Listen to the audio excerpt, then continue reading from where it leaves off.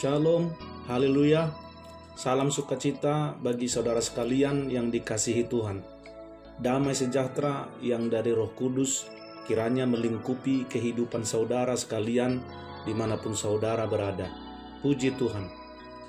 Firman Tuhan yang menjadi renungan bagi kita hari ini bertemakan jangan ambil bagian dalam dosa-dosa Babel, yang tertulis dalam Wahyu 18 ayat 4. Demikian firman Tuhan. Lalu aku mendengar suara lain dari sorga berkata, "Pergilah kamu, hai umatku, pergilah daripadanya, supaya kamu jangan mengambil bagian dalam dosa-dosanya, dan supaya kamu jangan turut ditimpa malapetaka-malapetakanya." Amin. Saudara kekasih dalam nama Tuhan Yesus Kristus, pasal 18 menceritakan jatuhnya ekonomi Babel. Babel merupakan ibu kota seluruh dunia yang menjadi pusat kerajaan kejahatan universal.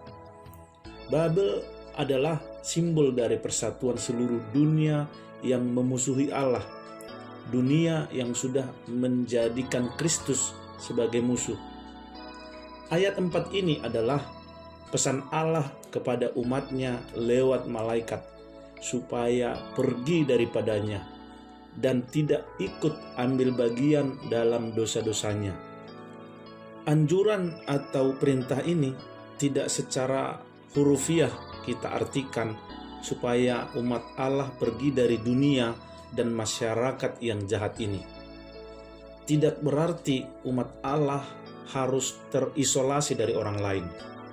Karena jika demikian, bagaimanakah caranya Injil keselamatan disampaikan? Bagaimanakah umat Allah mempengaruhi dunia ini kalau harus terisolasi dari dunia ini?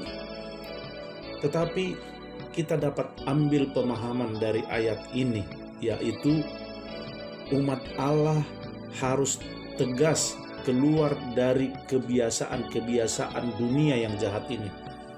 Umat Allah harus tegas tanpa kompromi memisahkan diri dari budaya dan gaya hidup dunia Babel yang penuh dengan berhala. Bagi kita, berita ini adalah nasihat supaya kita tidak tinggal dalam dunia keberdosaan. Kita harus memisahkan diri secara moral dan rohani dari dunia yang jahat ini. Tidak ambil bagian di dalam dosa-dosa yang ada di sekitar kita. Seperti Yesus berkata dalam doanya bahwa umatnya berada dalam dunia, tapi mereka bukan berasal dari dunia.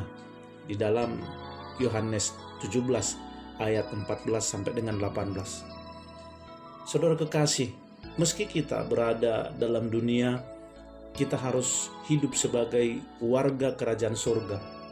Budaya yang kita hidupi adalah budaya kerajaan surga. Kebiasaan-kebiasaan kita adalah kebiasaan-kebiasaan kerajaan surga sesuai dengan firman Allah. Bahasa-bahasa yang kita pakai adalah bahasa-bahasa surgawi. Maksudnya, perkataan kita haruslah perkataan-perkataan yang sesuai dengan kebenaran, merujuk kepada firman Allah dan kesaksian Kristus.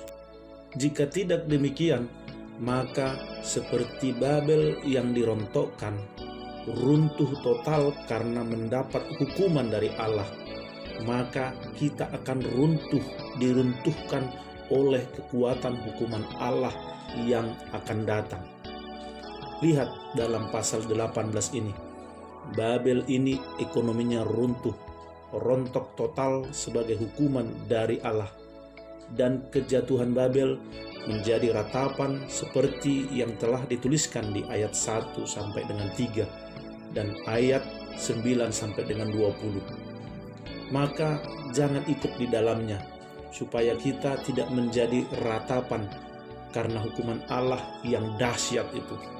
Sekali lagi, jangan ambil bagian dalam dosa-dosa Babel, supaya kita jangan turut ditimpa malapetaka-malapetakanya. Untuk itu, Jadilah seturut dengan maunya Tuhan, maunya Allah, Tuhan kita, di dalam nama Yesus Kristus, Juru Selamat kita. Haleluya. Mari kita berdoa. Bapa yang baik, Bapa yang kami puji dan sembah di dalam nama Tuhan Yesus Kristus. Kembali kami datang menghadap hadirat-Mu di dalam doa. Kami bersyukur untuk segala kebaikan dan kemurahan hati-Mu yang kami rasakan di dalam kehidupan kami setiap hari. Demikian juga untuk hari ini, hari yang indah ini Bapa.